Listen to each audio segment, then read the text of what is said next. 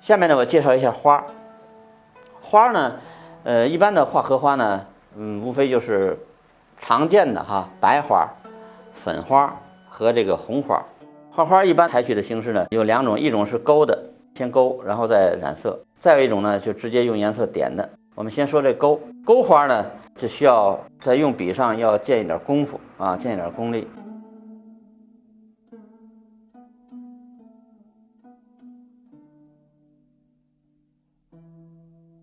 用笔要流畅。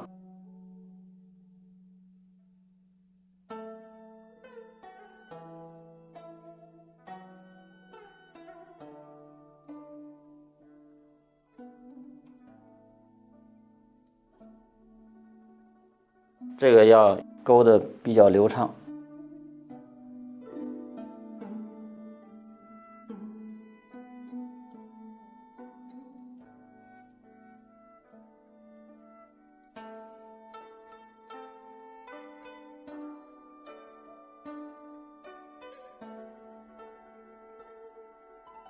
这个侧面卷过来的花瓣，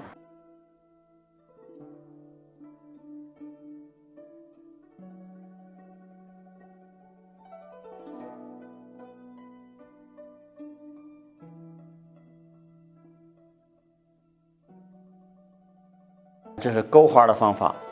勾完了以后呢，然后我们再染色。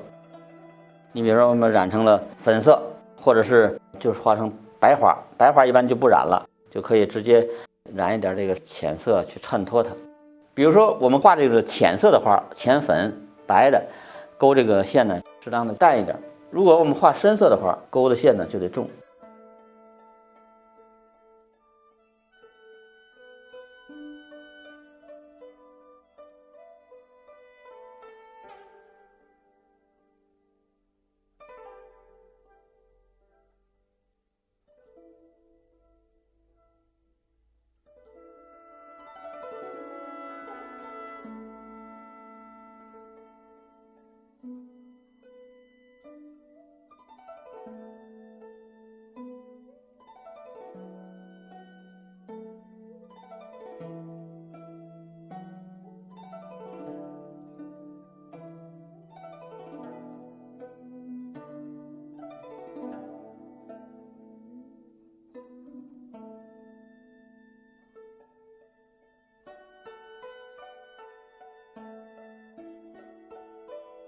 我们如果说染这个浅色的，我们可以用一个浅粉，用白调一点红。